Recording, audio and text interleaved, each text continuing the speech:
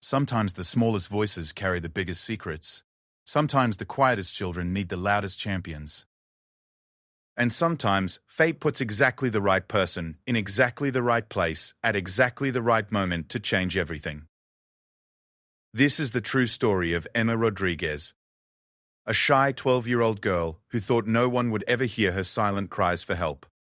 She had no idea that her father's profession would become her salvation, or that a routine training exercise would turn into the most important mission of his career. What happens when a child's desperate situation collides with a parent's sworn duty to protect? What happens when the hunter becomes the hunted and the predator realizes they've made a terrible mistake? This is a story about courage found in the most unexpected places, about justice served when it's needed most, and about how sometimes the universe conspires to protect those who cannot protect themselves. Emma thought she was invisible. She was wrong. Someone was always watching, someone was always ready. Someone who would move heaven and earth to keep her safe. Get ready for a story that will restore your faith in justice, in family, and in the power of standing up for what's right. Emma Rodriguez had perfected the art of becoming invisible. At 12 years old, she had learned to walk through the hallways of Lincoln Middle School like a shadow, keeping her head down, her shoulders hunched, and her backpack clutched tightly against her chest like armor. She had discovered that if she moved quietly enough, spoke softly enough, and made herself small enough, she could sometimes make it through an entire day without attracting attention. But today was different. Today, the invisible girl had been seen. It started during lunch period when Emma sat alone at her usual table in the far corner of the cafeteria. She had been reading a book, trying to lose herself in someone else's story, when she felt the familiar chill that came with being watched. Looking up slowly, she saw them. 3 girls from her grade, led by Madison Walsh, the unofficial queen of 7th grade social hierarchy. Madison was everything Emma was not. Tall, where Emma was short, confident where Emma was timid, surrounded by friends where Emma sat alone. Madison's blonde hair always fell in perfect waves. Her clothes always looked like they came straight from a magazine, and her laugh could fill a room. When Madison smiled, people noticed. When Madison frowned, people scattered. And right now, Madison was looking directly at Emma with that particular expression that meant trouble was coming. Emma quickly looked back down at her book, hoping that if she ignored them, they would lose interest and move on to someone else. But she could hear their footsteps approaching, the soft squeak of expensive sneakers on the cafeteria floor. Well, well, well. Madison's voice carried that syrupy sweet tone that Emma had learned to fear. If it isn't little Emma, reading her little book all by herself. Emma kept her eyes fixed on the page, though the words had become meaningless black marks swimming before her eyes. Her heart was beating so fast she was sure everyone could hear it. "I'm talking to you," Madison said, her voice dropping the fake sweetness. "It's rude to ignore people when they're trying to be friendly." Finally, Emma looked up. Madison stood directly in front of her table, flanked by her 2 closest friends, Sarah and Jessica. All 3 girls were smiling, but there was nothing friendly about their expressions. "Hi," Emma whispered, her voice barely audible. "Hi," Madison mimicked, making her voice high and squeaky. "Is that really the best you can do? No wonder nobody wants to talk to you," Sarah giggled. "Maybe she doesn't know how to talk to real people. Just book people. What are you reading anyway?" Jessica reached over and snatched the book from Emma's hands before she could react. "Oh my God, it's some fantasy nonsense about dragons and magic." "How old are you? Like 8? Please give it back," Emma said, extending her hand. The book was a library copy of her favorite fantasy series, one of the few things that brought her joy during the school day. "Please give it back," Madison repeated, in that same mocking tone. "You know what, Emma? I think you need to learn some social skills. You can't just hide behind books forever." "Yeah," Sarah added, emboldened by Madison's leadership. "Maybe if you actually tried to look normal, people might want to be friends with you. When's the last time you even brushed your hair?" Emma's hand automatically went to her dark brown hair, which she had brushed that morning, but which had a tendency to look messy no matter what she did. Her mother always said it had character, but Emma knew it was just another thing that made her different, another reason for people like Madison to notice her in all the wrong ways. "I think," Madison said, still holding the book just out of Emma's reach, "that you need a makeover, a personality makeover, and I know just the place to start."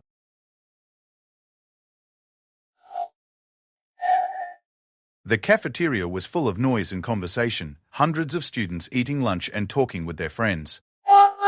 But somehow, Emma felt completely alone, trapped in a bubble with these three girls who seemed to take pleasure in her discomfort. "I don't want any trouble," Emma said quietly. "I just want my book back." "Trouble?" Madison laughed. "Who said anything about trouble? I'm trying to help you. See, the problem is that you think you can just sit here by yourself day after day and nobody will notice. But I notice everything that goes on in this school, and I think it's time someone taught you how things really work around here." The bell rang, signaling the end of lunch period. Around them, students began gathering their things and heading to their next classes. Emma started to stand, hoping she could escape in the chaos, but Madison held up a hand. "Not so fast. We're not done talking." Madison finally tossed the book back onto the table, but when Emma reached for it, Madison grabbed her wrist. Not hard enough to hurt, but firm enough to make her point. "Meet us in the second-floor bathroom after school. The one by the science wing. We're going to have a little chat about your attitude problem." "I don't have an attitude problem," Emma protested weakly. "See? That's exactly what I'm talking about. You think you're better than everyone else with your books and your quiet little act. But you're not better than anyone, Emma. You're actually worse. And it's time someone explained that to you." With that, Madison and her friends walked away, leaving Emma standing alone by her table, her hands shaking as she gathered her things. The cafeteria was nearly empty now, but Emma felt like everyone was still watching her, like everyone had witnessed her humiliation. She spent the rest of the day dreading 3:30. During her afternoon classes, she couldn't concentrate on anything the teachers said. Her mind kept racing, trying to think of ways to avoid the confrontation. She could take a different route out of the school, maybe sneak out through the gymnasium exit. She could hide in the library until Madison got tired of waiting. She could even fake being sick and call her mother to pick her up early. But deep down, Emma knew that avoiding Madison today would only make tomorrow worse. Madison was the type of person who didn't forget perceived slights. If Emma didn't show up, Madison would find her eventually, and when she did, she would be even angrier. Emma thought about telling a teacher, but what would she say? That Madison had taken her book and told her to meet in the bathroom? It didn't sound like much when she thought about it that way. And besides, everyone knew that telling on someone like Madison only made things worse. Teachers couldn't be everywhere, and Madison was smart enough to make sure adults never saw her at her worst. So when the final bell rang and students began flooding the hallways, Emma found herself walking slowly toward the science wing instead of toward the exit. Her backpack felt heavier with each step, and her stomach was twisted in knots. The second-floor bathroom by the science wing was notorious for being out of the way. Teachers rarely passed by it, and most students used the main bathrooms near the office. It was the perfect place for private conversations that weren't meant to be overheard.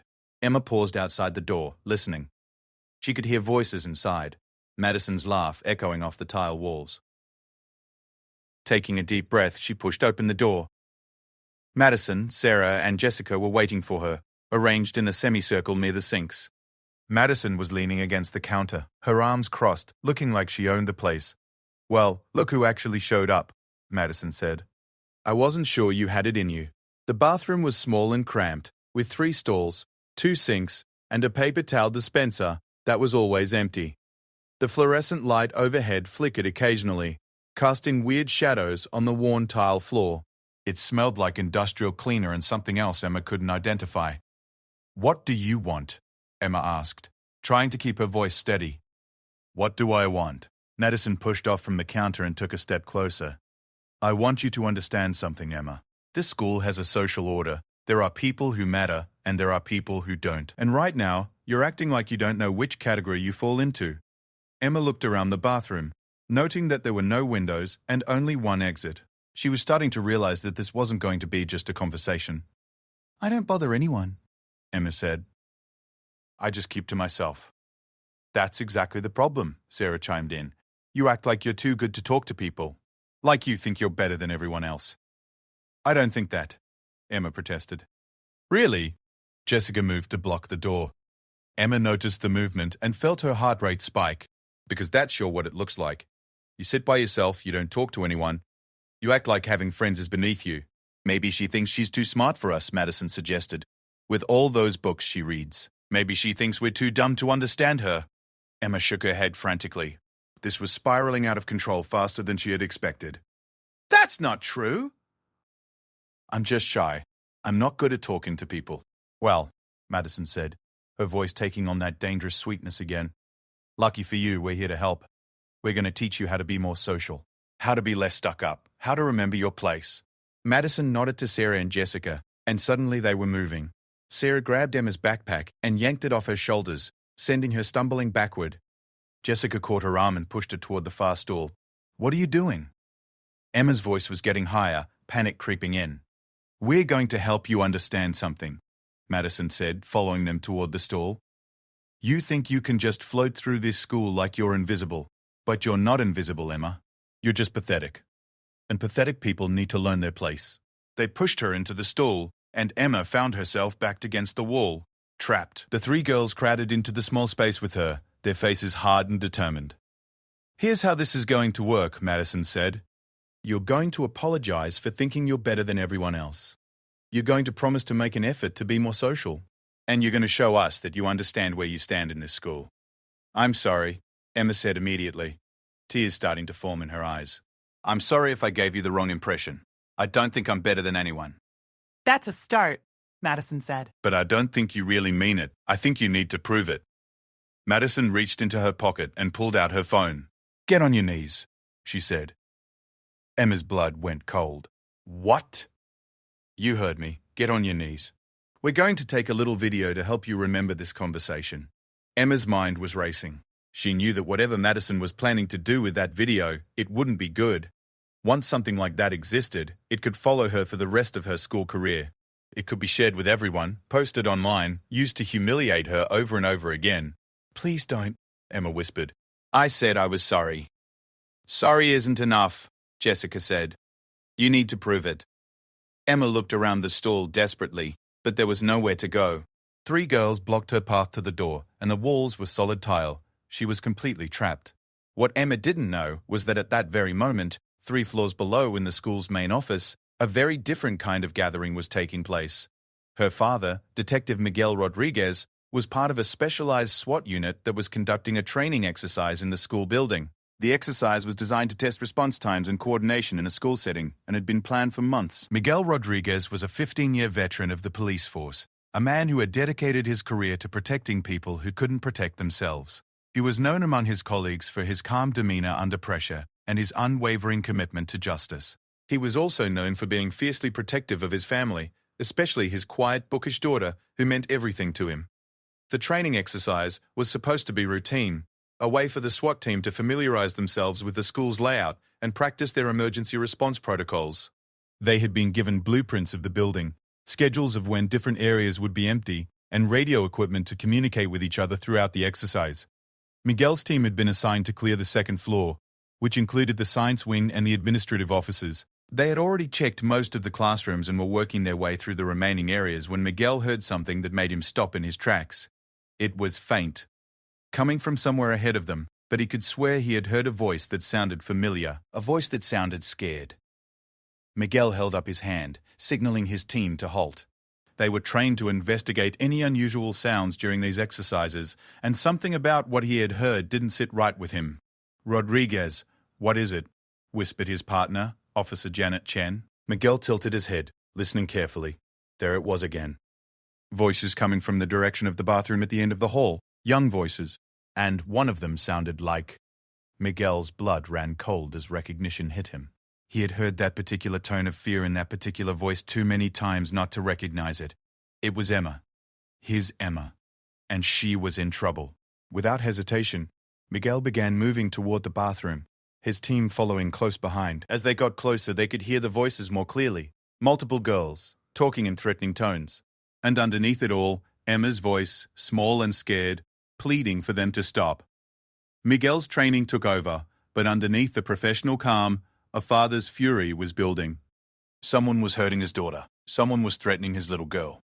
And they had no idea that they had just made the biggest mistake of their lives. The SWAT team approached the bathroom door with tactical precision, their movements silent and coordinated. Miguel positioned himself next to the door, listening to what was happening inside.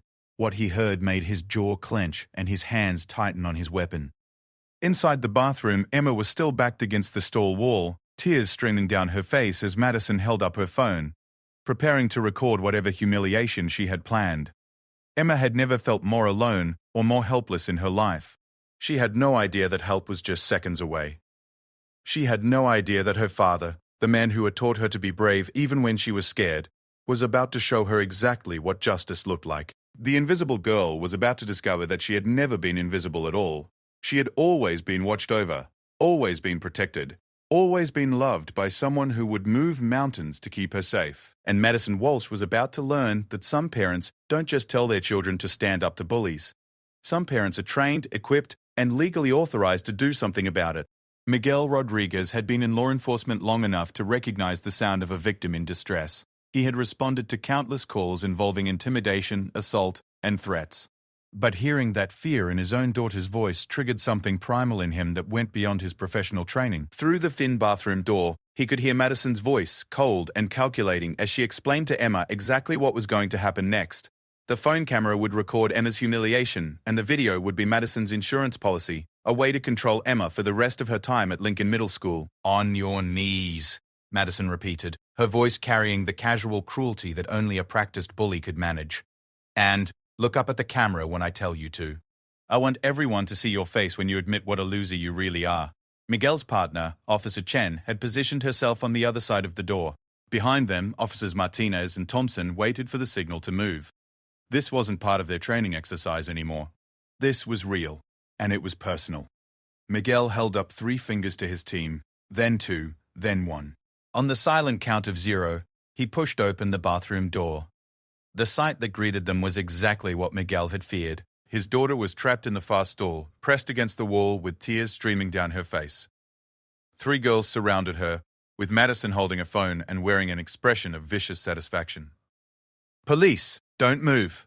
Miguel's voice boomed through the small bathroom, carrying all the authority of his 15 years on the force. The effect was instantaneous and dramatic. Madison's phone clattered to the floor as she spun around, her face going from cruel satisfaction to shock in a split second. Sarah and Jessica stumbled backward, nearly falling over each other in their panic. Emma's knees buckled with relief, and she slid down the wall to the floor. "Hands where I can see them," Officer Chen commanded, her weapon drawn but pointed safely downward. "Step away from the girl." Madison tried to recover first, her natural arrogance reasserting itself even in the face of 4 armed police officers. "This isn't what it looks like," she said, her voice shaking despite her attempt to sound confident. "We were just talking." "Just talking?" Miguel's voice was deadly quiet as he looked at his daughter huddled on the bathroom floor. Emma's face was streaked with tears, her school clothes disheveled, her entire body shaking with fear and relief. "Is that what you call threatening to film someone against their will?" Officer Martinez had already begun securing the scene, carefully picking up Madison's dropped phone with a latex glove. The device would be crucial evidence of what had been planned, even if the actual recording hadn't taken place. "You have the right to remain silent," Miguel began, his voice carrying across the small bathroom as he looked directly at Madison. "Anything you say can and will be used against you in a court of law." Wait. Madison's composure finally cracked completely. "You can't arrest me. I'm 13 years old. We go to school here." "This is just a misunderstanding. Intimidation and attempted coercion are crimes regardless of your age," Officer Chen informed her matter-of-factly. "The fact that you're minors means you'll be processed through the juvenile system, but you're still under arrest." Sarah had started crying, her earlier bravado completely gone. "I didn't do anything. It was all Madison's idea. I was just standing here." "You were participating in the intimidation of another student," Officer Thompson said as he guided her hands behind her back. "That makes you an accessory." Jessica was completely silent, her face pale, as she stared at the police officers in disbelief. This wasn't how the afternoon was supposed to go. This was supposed to be just another day of putting Emma Rodriguez in her place, not a day that would change all of their lives forever. Miguel knelt down next to Emma, his professional demeanor softening as he switched from police officer to father. "Emma, sweetheart, are you hurt?" "Did they touch you?" Emma shook her head, unable to speak through her tears. She threw her arms around her father's neck, clinging to him like a lifeline. For the first time in months, she felt truly safe. "It's okay," Miguel whispered, his own voice thick with emotion. "Daddy's here now. Everything's going to be okay." As his team processed the 3 girls, Miguel helped Emma to her feet and guided her out of the bathroom. The hallway had filled with teachers and administrators who had been drawn by the commotion. Principal Davidson was hurrying toward them, looking confused and alarmed. "Detective Rodriguez? What's happening here? Why are my students being arrested?" Miguel's expression hardened as he looked at the principal. Your students were engaged in criminal intimidation and harassment of my daughter. They cornered her in that bathroom and were planning to film her humiliation for future blackmail purposes. Principal Davidson's face went pale. Lincoln Middle School prided itself on its safe, supportive environment. The idea that something like this could happen under his roof was his worst nightmare. I had no idea, he began, but Miguel cut him off. With all due respect, Principal Davidson, that's part of the problem. My daughter has been attending this school for 2 years, and in all that time, no one noticed that she was being systematically isolated and intimidated. No one saw that she had no friends, that she ate lunch alone every day, that she was afraid to participate in class discussions. Emma looked up at her father in surprise. She had never told him about the daily humiliations, the whispered comments in the hallways, the way other students seemed to look right through her. She had assumed he wouldn't understand, that he would tell her to just ignore it or try harder to fit in. "How did you know?" she whispered. Miguel's expression softened again as he looked down at his daughter. "I'm a detective, sweetheart. It's my job to notice things. I've seen how you've been getting quieter and sadder over the past year. I've seen how you never talk about school friends or ask to hang out with classmates. I've seen how you flinch when your phone buzzes because you're afraid it might be something mean from someone at school." Emma stared at her father in amazement. She had thought she was hiding her pain so well, but he had seen through her act completely. "Why didn't you say anything?" she asked. "Because I was hoping you would come to me when you were ready," Miguel admitted. "I didn't want to make things worse by forcing you to talk about it before you felt safe enough to share. But I should have acted sooner. I should have protected you better." The 3 girls were being escorted past them toward the main office, where they would wait for their parents to arrive. Madison caught sight of Emma as they passed, and for a moment, her mask slipped completely. Instead of the confident bully who had tormented Emma for months, she looked like what she really was, a frightened 13-year-old girl who had just realized that actions have consequences. "This isn't fair," Madison said, her voice breaking. "She never told us to stop. She never said she didn't want to play along." Miguel turned to face Madison directly, and his expression was harder than steel. "Terrorizing someone until they're too scared to resist isn't consent, young lady. It's coercion, and filming someone in distress for the purpose of future harassment is a serious crime." "But I wasn't going to show anyone," Madison protested. "It was just to make her understand." "Understand what?" Miguel interrupted. "That you have the power to humiliate her whenever you want? That she should live in fear of what you might do next? That's not understanding. That's terrorism." Principal Davidson had been listening to this exchange with growing horror. "Madison, is this true? Have you been bullying Emma?" For the first time, Madison seemed to truly understand the gravity of what she had done. The adults weren't treating this as typical middle school drama that would blow over. They were treating it as a serious crime, and she was being held accountable in a way she had never experienced before. "It wasn't bullying," she said weakly. "It was just she needed to learn how to fit in better." "By threatening and intimidating her?" Officer Chen asked. "By planning to film her humiliation? By cornering her in a bathroom where she couldn't escape? Does that sound like helping someone fit in to you?" Sarah was sobbing openly now, the reality of their situation finally sinking in. "My parents are going to kill me," she wailed. "I'm going to get expelled. My mum always said I needed to be careful about who I hung out with." Jessica finally spoke up, her voice barely a whisper. Madison said it would be funny. She said Emma needed to be taught a lesson. She said nobody would care because Emma doesn't have any friends anyway. Miguel felt Emma tense against his side at Jessica's words. The casual cruelty of that statement, the assumption that Emma's loneliness made her fair game for abuse, cut him to the bone. "Well," he said quietly, "Emma has friends now. She has me, and she has my entire police department. And she has every teacher and administrator in this building who is now going to make sure this never happens again." Principal Davidson nodded emphatically. "Absolutely. We're going to conduct a full investigation into this incident and any previous harassment, and we're going to implement new anti-bullying measures to ensure that every student feels safe in this building." As the 3 girls were led away, Emma looked up at her father with something she hadn't felt in months: hope. For the first time since starting at Lincoln Middle School, someone had stood up for her. Someone had seen her pain and decided it mattered. Someone had made her bullies face consequences for their actions. But Miguel knew that arresting Madison and her friends was only the beginning. The real work would be helping Emma rebuild her confidence, helping her understand that she deserved to be treated with respect, and helping her learn to stand up for herself in the future. "What happens now?" Emma asked as they watched the police car pull away from the school with the 3 girls inside. Now, Miguel said, we make sure this never happens again. And we help you remember something you might have forgotten. What's that? Miguel smiled at his daughter, the first genuine smile he had felt since hearing her voice in that bathroom. That you're not invisible, Emma. You never were. You're strong, you're smart, you're kind, and you deserve to be treated with respect. And anyone who tries to make you feel otherwise will have to answer to me.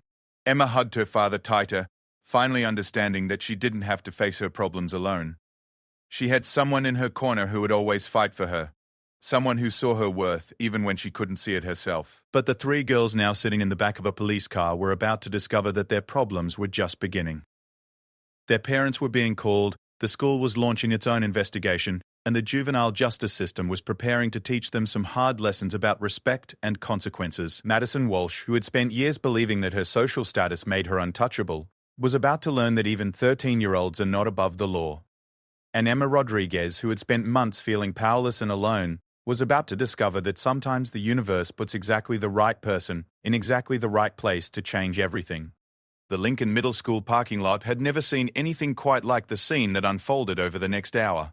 Police cars, administrative vehicles, and frantic parents created a chaotic tableau that would be talked about in the community for years to come.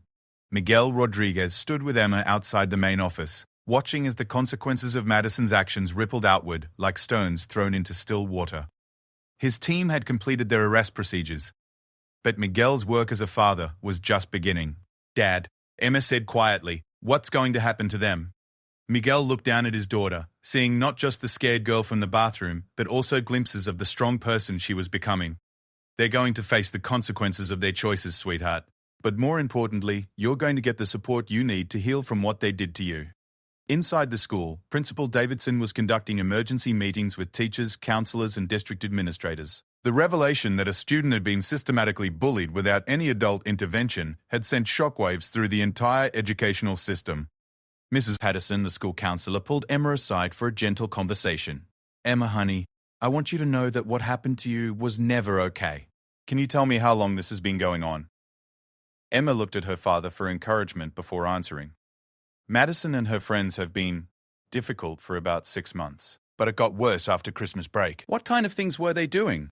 Mrs. Patterson asked gently. Emma took a deep breath, finally ready to share the secret she had been carrying alone for so long. They would whisper things about me in the hallways. They would make comments about my clothes or my hair. They would laugh when I walked by. Sometimes they would accidentally bump into me and make me drop my books. Miguel's jaw tightened as he listened to his daughter describe months of systematic harassment. Each incident might have seemed small on its own, but together they painted a picture of deliberate cruelty designed to isolate and demoralize a vulnerable child. Today was the first time they actually cornered me, Emma continued. But they made it clear that if I didn't do what they wanted, things would get much worse. Mrs. Patterson made notes as Emma spoke, documenting everything for the official investigation that was already underway. Emma, I'm so sorry that you felt like you had to handle this alone. We have resources here to help students who are being bullied, but we can't help if we don't know what's happening. I thought if I ignored them, they would get bored and move on to someone else, Emma admitted. I didn't want to be a tattletale. Standing up for yourself and asking for help isn't being a tattletale, Miguel said firmly. It's being smart and brave. While Emma was giving her statement, a very different scene was playing out at the police station downtown. Madison Walsh sat in a juvenile holding room, her earlier arrogance completely gone. The reality of her situation was beginning to sink in as she waited for her parents to arrive. Officer Chen had processed all 3 girls according to juvenile justice protocols.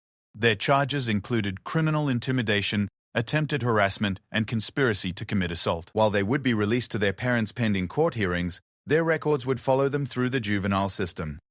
Madison's phone, now evidence in the case, had revealed far more than just the planned bathroom recording. Detective work by the Cyber Crimes Unit uncovered months of text message conversations between Madison, Sarah, and Jessica discussing their campaign against Emma. Screenshots of cruel social media posts, plans for public humiliations, and detailed discussions of Emma's emotional reactions to their abuse painted a disturbing picture of calculated cruelty. When Madison's parents, Robert and Patricia Walsh, finally arrived at the station, they were in complete shock. Madison had always been their perfect daughter, honor roll student, cheerleader, popular with her peers and teachers. The idea that she could be capable of such calculated cruelty was impossible for them to comprehend. There has to be some mistake, Patricia Walsh insisted as Officer Chen explained the charges. Madison is a good girl. She's never been in trouble before. Mrs. Grubb. Walsh.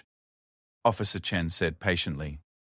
We have extensive evidence of your daughter's involvement in a systematic campaign of harassment against another student. The evidence includes text messages, witness statements, and the attempted recording that was interrupted by our arrival. Robert Walsh looked at his daughter with growing bewilderment. Madison, is this true? Have you been bullying another child? Madison couldn't meet her father's eyes.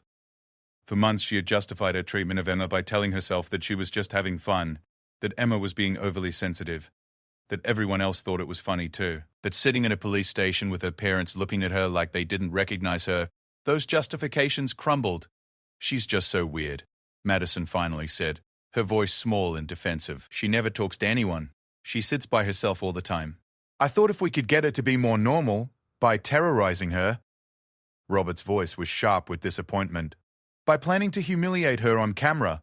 Madison, how did you think any of that would help her? The truth was that Madison had never really thought about helping Emma at all. The bullying had started as casual entertainment, a way to assert her social dominance and bond with her friends. It had escalated gradually, each incident slightly worse than the last, until Madison had begun to see Emma not as a person with feelings, but as a target for her amusement. Meanwhile, back at the school, Emma was experiencing something she hadn't felt in months: support from adults who believed her and were taking action to protect her. Principal Davidson had called an emergency assembly for the next morning to address bullying and harassment policies. New protocols were being developed to ensure that isolated students like Emma would be identified and supported before they reached a crisis point. Emma, Principal Davidson said as he met with her and Miguel in his office. I want to personally apologize to you. Our job is to create a safe learning environment for every student, and we failed you.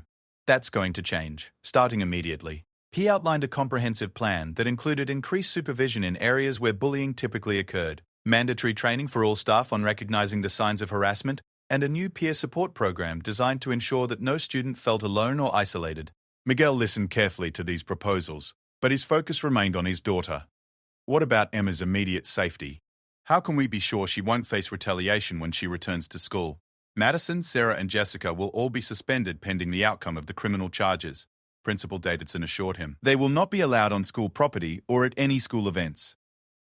Additionally, we're implementing a buddy system for Emma and increasing counselor check-ins to monitor her emotional well-being. Emma looked up at the adults discussing her future and felt a strange mix of relief and anxiety. She was grateful that people were finally taking her situation seriously, but she was also worried about returning to school and facing the stares and whispers of her classmates.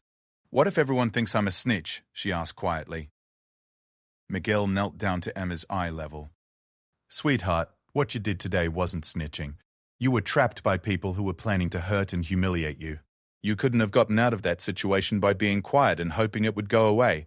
Sometimes, asking for help is the bravest thing you can do. Mrs. Patterson nodded in agreement. Emma, you're going to find that most of your classmates will be supportive once they understand what really happened. Bullying thrives in secrecy, but once it's brought into the light, people usually rally around the victim. As the afternoon wore on, the full scope of Madison's impact on the school became clear. Other students began coming forward with their own stories of intimidation and harassment. Some had been direct targets, while others had witnessed incidents but been too afraid to report them.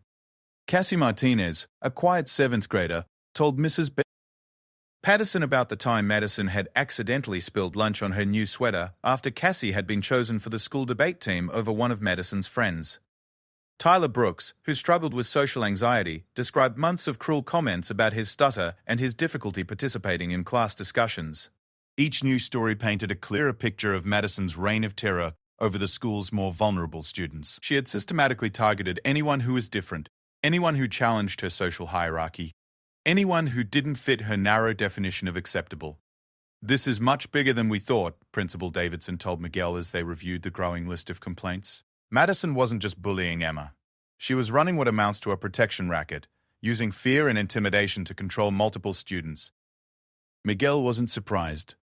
In his years of law enforcement, he had seen how bullies operated. They rarely limited themselves to one victim. Instead, They created climates of fear that affected entire communities. Back at the police station, Madison was finally beginning to understand the real consequences of her actions. Her parents had arranged for a lawyer who explained that even though she was a juvenile, the charges against her were serious and would likely result in probation, community service, and mandatory counseling. "But I'm just a kid," Madison protested. "This is going to ruin my life." Her lawyer, Ms. Rodriguez, no relation to Emma, looked at Madison with a mixture of sympathy and sternness. "Madison, you made adult choices when you decided to systematically harass and intimidate another student. The juvenile justice system exists to help young people learn from their mistakes, but you have to be willing to acknowledge that what you did was wrong." For the first time since her arrest, Madison seemed to truly consider the impact of her actions on Emma. She thought about the fear in Emma's eyes in the bathroom, the way Emma had backed against the wall like a cornered animal, the tears streaming down her face as she pleaded for them to stop. "I didn't mean for it to go that far," Madison said quietly. "It started as just teasing. You didn't think about how Emma felt." "Ms. Rodriguez finished. "You didn't consider that your teasing was creating a hostile environment that made it impossible for her to feel safe at school. You didn't think about how your actions might affect her academic performance, her mental health, or her ability to form friendships." As Madison sat in that sterile room considering her future, Emma was at home with her father, finally feeling safe for the first time in months. Miguel had taken the rest of the day off to be with her, and they spent the evening talking about everything that had happened and everything that would happen next. "Dad," Emma said as they sat together on the couch, "how did you know to come to the bathroom? The training exercise was supposed to be downstairs." Miguel smiled at his perceptive daughter. "We were working our way through the building systematically. But honestly, Emma, I think some part of me was always looking out for you. When I heard voices coming from that direction, something told me to investigate." Emma considered this. She had always known her father loved her, but she had never fully understood the depth of his protective instincts until today. "What's going to happen when I go back to school?" she asked. "You're going to walk in there with your head held high," Miguel said. "You're going to remember that you did nothing wrong, that you deserve to be treated with respect, and that you have people who will always stand up for you." Emma nodded, feeling stronger than she had in months. The scared, invisible girl who had walked into that bathroom was gone, replaced by someone who understood her own worth and knew that she didn't have to face the world alone. But Madison Walsh's education in consequences was just beginning. The next phase of her journey would force her to confront not just the legal ramifications of her actions, but the deeper question of who she wanted to be and what kind of person she was willing to become. The Walsh family home had always been a picture of suburban perfection. Manicured lawns, designer furniture, and family photos showcasing years of achievements and accolades. But on the evening after Madison's arrest, the house felt more like a courtroom, where a family was being forced to examine truths they had never wanted to face. Madison sat at the kitchen table across from her parents, the silence stretching between them like a chasm. Robert Walsh had cancelled his business dinner, and Patricia had left work early to deal with what they were already calling the situation. That neither parent quite knew how to process the fact that their accomplished daughter was facing criminal charges for bullying. "I just don't understand how this happened," Patricia said for the third time that evening. "Madison, you've always been popular. You've always been a leader. How did leadership turn into this?" Madison stared down at her hands, unable to meet her mother's eyes. The confidence that had carried her through years of social dominance had evaporated completely. For the first time in her life, she was being forced to examine her actions without the protective bubble of her social status. "I guess I never thought about it that way," Madison said quietly. "Emma was just so different. She made it easy." "Easy to what?" Robert's voice was sharp. "Easy to terrorize, easy to humiliate, easy to treat like she was less than human." The words hit Madison like physical blows. Her parents had never spoken to her this harshly before. Throughout her childhood, they had celebrated her assertiveness, her ability to get what she wanted, her natural leadership skills. They had never questioned whether those traits might have a dark side. Everyone else thought it was funny, Madison protested weakly. Sarah and Jessica laughed. Other people would watch and smile. I thought I was just being entertaining. Patricia Walsh felt a chill run down her spine as she recognized her own voice in her daughter's words. How many times had she laughed at someone else's expense at social gatherings? How many times had she made cutting comments about other parents who didn't measure up to her standards? How many times had she taught Madison, without realizing it, that some people were simply more valuable than others? "Oh God," Patricia whispered, putting her head in her hands. What kind of parents are we? What kind of person did we raise? Meanwhile, across town, Emma Rodriguez was experiencing the opposite kind of family reflection. She and Miguel sat in their modest living room, going through her schoolwork from the past semester. Miguel wanted to understand how Madison's campaign of harassment had affected his daughter's academic performance and emotional well-being. "Look at this," Miguel said, pointing to a series of increasingly shorter creative writing assignments. "Emma, your essays used to be so detailed and imaginative. But starting in October, they got shorter and more withdrawn." Emma looked at the papers spread across the coffee table, seeing her own decline mapped out in black ink. "I stopped wanting to share my ideas," she admitted. "Madison would make fun of anything that was different or creative. It was safer to just write what everyone else was writing." Miguel felt his heart breaking as he saw how his daughter had systematically diminished herself to avoid attracting negative attention. The vibrant, curious child who had once filled their house with questions and stories had gradually become a shadow of herself. "I wish I had noticed sooner," Miguel said, his voice heavy with regret. "I should have seen what was happening." "I got really good at hiding it," Emma said. "I didn't want you to worry. And I thought if I told you, it would just make things worse at school." They sat together in comfortable silence for a while, both processing the magnitude of what had been hidden and what had been revealed.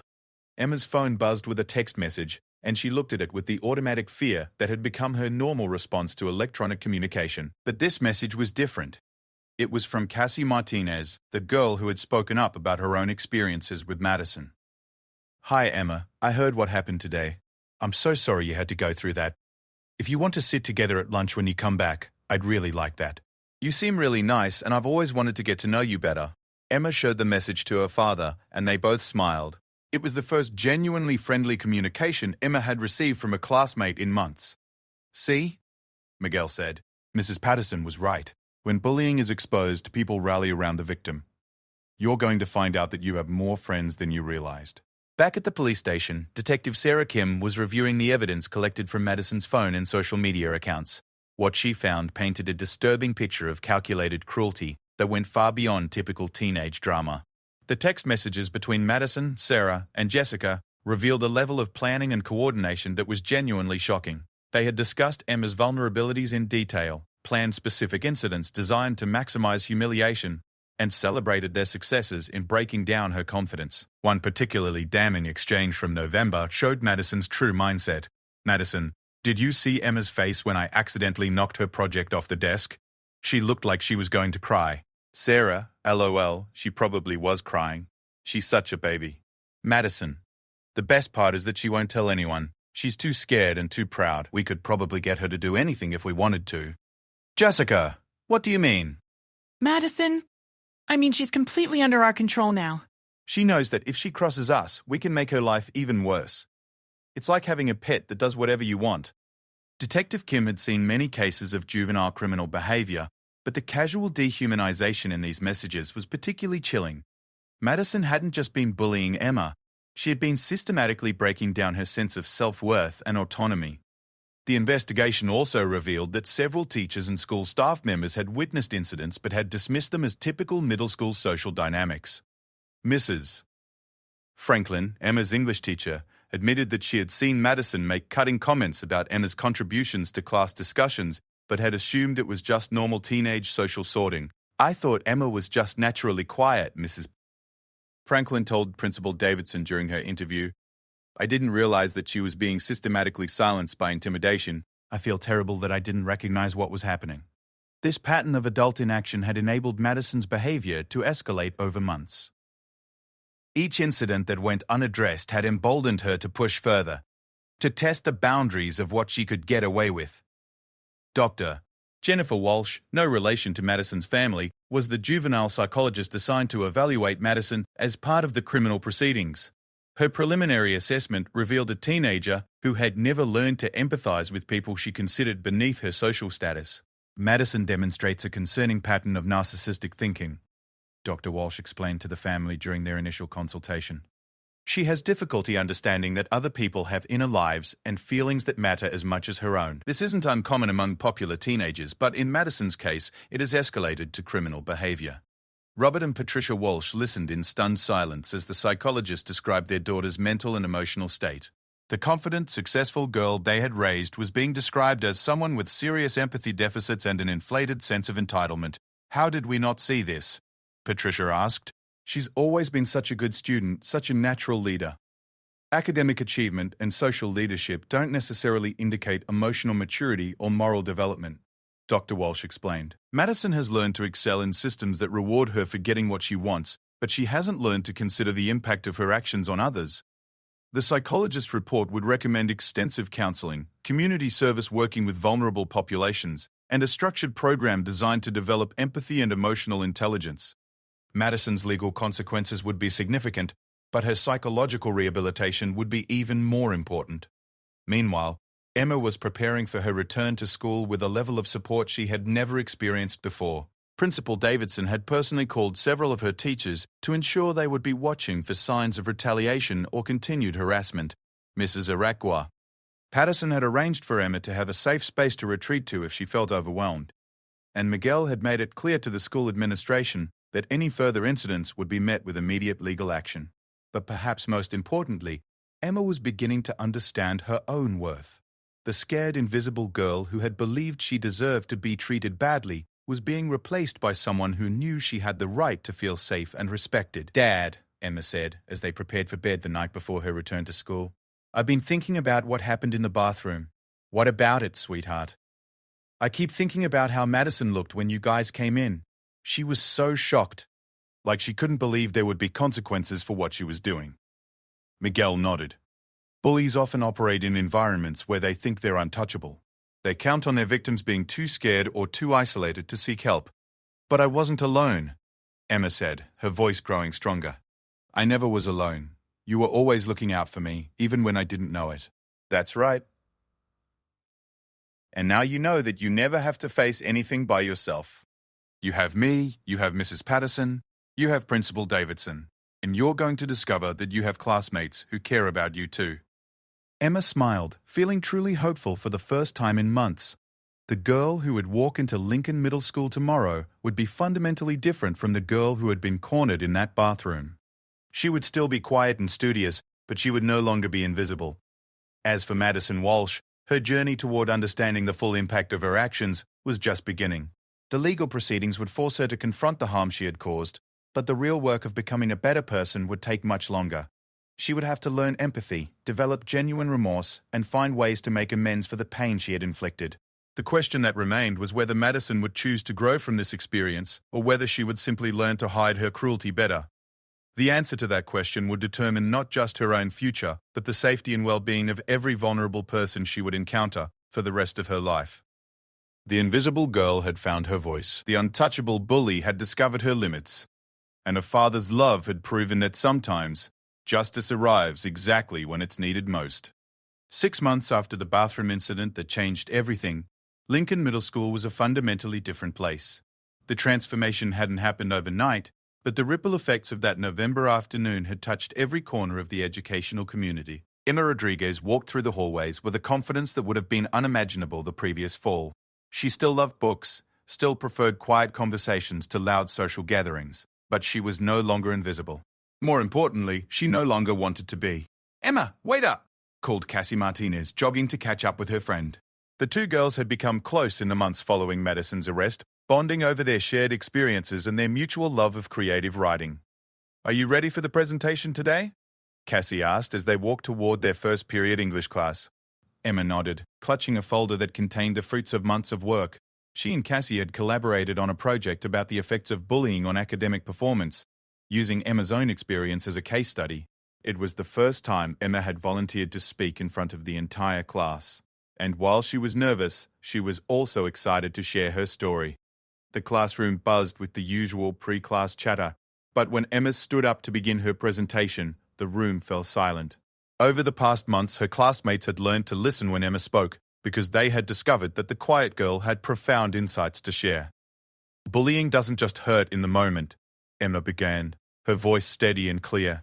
"It changes how you see yourself, how you interact with the world, and how you approach learning and creativity." She showed graphs depicting her academic performance over the previous year, demonstrating how her grades and participation had declined during the peak of Madison's harassment campaign.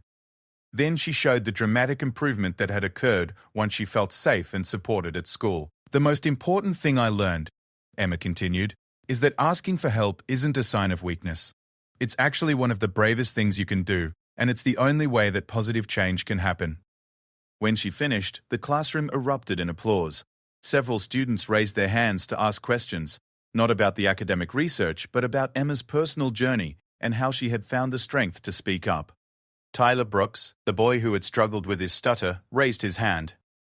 Emma, how did you know when it was time to tell an adult what was happening? Emma considered the question carefully. I think it was when I realized that staying silent wasn't protecting me anymore. It was just protecting the people who were hurting me. When I understood that, I knew I had to speak up, even though I was scared. Mrs. Franklin, who had become one of Emma's strongest advocates since learning about her previous struggles, watched this interaction with tears in her eyes. The transformation in Emma's confidence and self-advocacy was remarkable, but even more impressive was her willingness to use her experience to help other students. After class, Emma found herself surrounded by classmates who wanted to continue the conversation. Some shared their own experiences with harassment, while others asked for advice on how to support friends who might be struggling. Emma realized that her story had given her classmates permission to talk about difficult topics they had previously kept hidden. This was exactly what Principal Davidson had hoped for when he implemented the new anti-bullying initiatives. Rather than just creating more rules and punishments, the school had focused on building a culture where students felt empowered to support each other and seek help when needed. The changes at Lincoln Middle School had been comprehensive and sustained. New policies required teachers to receive regular training on recognizing signs of harassment and social isolation. A peer mediation program trained students to intervene safely when they witnessed bullying behavior. And a buddy system ensured that no student ate lunch alone unless they chose to. Most importantly, the school had worked to change the social dynamics that had allowed someone like Madison to accumulate unchecked power over her vulnerable classmates. Student leadership positions now included representatives from various social groups, not just the traditionally popular students. Academic and creative achievements were celebrated as enthusiastically as athletic and social ones. These changes had created an environment where Emma could thrive, but they had also created challenges for students like Sarah Patterson and Jessica Chen, Madison's former accomplices, who had returned to school after serving their suspensions and completing community service requirements. Sarah in particular had struggled with the social fallout from her involvement in Emma's harassment. Many of her former friends had distanced themselves from her, not wanting to be associated with someone who had criminal charges on her juvenile record. But rather than retreating into anger or denial, Sarah had chosen a different path. I've been thinking about what I want to say to Emma, Sarah told Dr. Walsh during one of their counseling sessions. I know saying sorry doesn't fix what we did, but I want her to know that I understand how wrong we were. Dr. Walsh had been working with Sarah for months, helping her understand the difference between genuine remorse and simple regret at being caught. The process had been difficult, requiring Sarah to examine her own motivations and to develop empathy for someone she had previously seen as unworthy of consideration. What would you want to accomplish by apologizing to Emma? Dr. Walsh asked. I want her to know that what we did wasn't about her, Sarah said. She didn't deserve it. Nobody deserves to be treated that way. And I want to make sure she knows that if she ever needs someone to stand up for her, I'll do it. This represented a significant shift in Sarah's thinking. Initially, her remorse had been focused on her own consequences rather than Emma's suffering. But through counseling and community service work with younger children, she had begun to understand the lasting impact of bullying on victims. Jessica Chen had taken a different approach to making amends. Rather than seeking direct contact with Emma, which might have been unwelcome, she had thrown herself into anti-bullying advocacy work. She had joined the school's peer mediation program and had become one of the most effective interventionists when conflicts arose between students. I can't undo what I did, Jessica told her parents during a family dinner, but I can make sure that if I see someone else being treated the way we treated Emma, I'll speak up instead of joining in. The most complex case remained Madison Walsh herself. Her legal proceedings had resulted in a year of probation, 200 hours of community service, and mandatory participation in an intensive empathy development program. But the deeper work of changing her fundamental approach to relationships and power had proven much more challenging. Madison's community service had been specifically designed to expose her to vulnerable populations and to help her understand the impact of her actions. She worked at a senior center, helping elderly residents with basic tasks and listening to their stories. She also volunteered at a literacy center, working with children who struggled with reading and learning differences. Initially, Madison had approached these assignments as obligations to be endured, but gradually, something began to shift in her perspective. Working with Mr. Barker Johnson, an 89-year-old veteran who struggled with memory issues, Madison began to see vulnerability not as weakness to be exploited, but as a universal human condition that deserved compassion. "You know what I learned today?" Madison told Dr. Crad Walsh during a session. "Mr. Johnson was telling me about how scared he gets when he can't remember things, and I realized that's probably how Emma felt at school every day. Scared and confused and not sure who she could trust." This insight represented a breakthrough in Madison's treatment. For the first time, she was genuinely connecting with the experience of someone she had previously dismissed as unworthy of consideration. But Madison's journey toward genuine empathy was complicated by the social consequences of her actions. Many of her former friends had abandoned her after the arrest, not wanting to be associated with someone who had brought negative attention to their social group. Madison found herself experiencing social isolation for the first time in her life, and the experience was profoundly uncomfortable. "I hate eating lunch by myself," Madison admitted during a family therapy session. "I never realized how awful it feels to have everyone staring at you but not wanting to talk to you." "That's exactly what Emma experienced every day for months," Patricia Walsh replied. Since the incident, Madison's parents had been forced to confront their own role in raising a child who felt entitled to mistreat others. Family therapy had been painful but necessary for all of them. "I know," Madison said, her voice small. "I get it now, but knowing it and living it are different things." Robert Walsh had perhaps undergone the most dramatic transformation of anyone in the family. The successful businessman who had always celebrated his daughter's assertiveness and competitive spirit had been forced to examine whether those traits had come at the expense of basic human decency. "I think I taught Madison that winning was more important than being kind," he admitted to the family therapist. "I celebrated every time she got what she wanted, but I never asked whether she was hurting other people in the process." The Walsh family's reckoning with their values and priorities had been difficult, but it had also brought them closer together in some unexpected ways. They were learning to have honest conversations about difficult topics rather than maintaining the perfect facade that had previously defined their family culture. Meanwhile, Emma's transformation had continued to accelerate. The girl who had once been afraid to speak in class had joined the debate team and was considering running for student council. Her academic performance had not only recovered, but had surpassed her previous achievements as she no longer spent emotional energy on managing fear and anxiety. Perhaps most significantly, Emma had developed genuine friendships with classmates who appreciated her thoughtfulness, creativity, and quiet wisdom. Cassie, Tyler, and several other students had formed a close-knit group that met regularly for study sessions and creative projects. "I never knew Emma was so funny," Cassie told her mother one evening. "She doesn't talk much in big groups, but when you get to know her, she has this amazing sense of humor and these incredible ideas about everything." Miguel Rodriguez watched his daughter's transformation with a mixture of pride and relief. The scared, withdrawn child who had hidden her pain for months had been replaced by a confident young woman who understood her own worth and wasn't afraid to advocate for herself and others. Dad, Anna said one evening as they worked together on homework. I've been thinking about what I want to do when I grow up. Oh?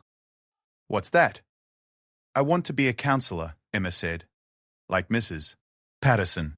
I want to help kids who feel invisible, like I did. I want to make sure they know that someone sees them and that they matter." Miguel smiled, recognizing in his daughter's words the same sense of purpose that had driven his own career in law enforcement. Emma had learned that her painful experience could become a source of strength and wisdom that she could use to help others. The story that had begun with a terrified girl trapped in a bathroom had become something much larger, a testament to the power of standing up for what's right, the importance of adult intervention when children are in crisis, and the possibility of redemption even for those who had caused serious harm. Madison Walsh still had a long journey ahead of her. Learning genuine empathy and developing healthy relationships would be the work of years, not months.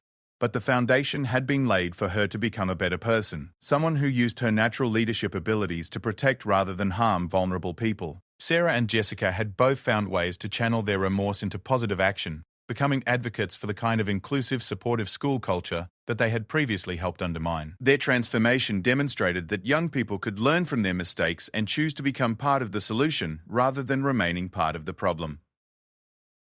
But perhaps the most important transformation had been Emma's. The invisible girl had not only found her voice but had learned to use it on behalf of others. She had discovered that vulnerability could become strength, that asking for help could lead to empowerment, and that surviving trauma could become the foundation for helping others heal. As Emma walked through the halls of Lincoln Middle School on that spring afternoon, she reflected on how much had changed since that terrible November day. She was still the same person in many ways, quiet, thoughtful, and more comfortable with books than with crowds. But she was no longer invisible, and more importantly, she no longer wanted to be. The girl who had once eaten lunch alone now sat surrounded by friends who valued her insights and appreciated her humor. The girl who had once been afraid to speak in class now volunteered to give presentations and had her teachers' respect and attention. The girl who had once believed she was worthless now knew that she had something valuable to offer the world. And in a juvenile detention center across town, Madison Walsh was slowly learning that the same strength she had once used to hurt others could be redirected toward healing and helping. It would take time, effort, and continued support, but the possibility existed for her to become someone she could be genuinely proud of. The bathroom incident that had traumatized Emma and destroyed Madison's sense of invincibility had ultimately become the catalyst for positive change that rippled far beyond the two girls directly involved. It had forced a school community to examine its values, a family to confront its blind spots, and a quiet girl to discover her own remarkable strength. Sometimes the most profound transformations begin with the most difficult moments. Sometimes justice arrives exactly when it's needed most. And sometimes the universe does conspire to protect those who cannot protect themselves, sending exactly the right person to exactly the right place at exactly the right moment to change everything. Emma Rodriguez had learned that she was never really invisible after all. Someone had always been watching, someone had always been ready to protect her, and someone had always believed she was worth saving. Now she would spend the rest of her life making sure that other invisible children knew the same truth. They matter, they are seen, and they are not alone.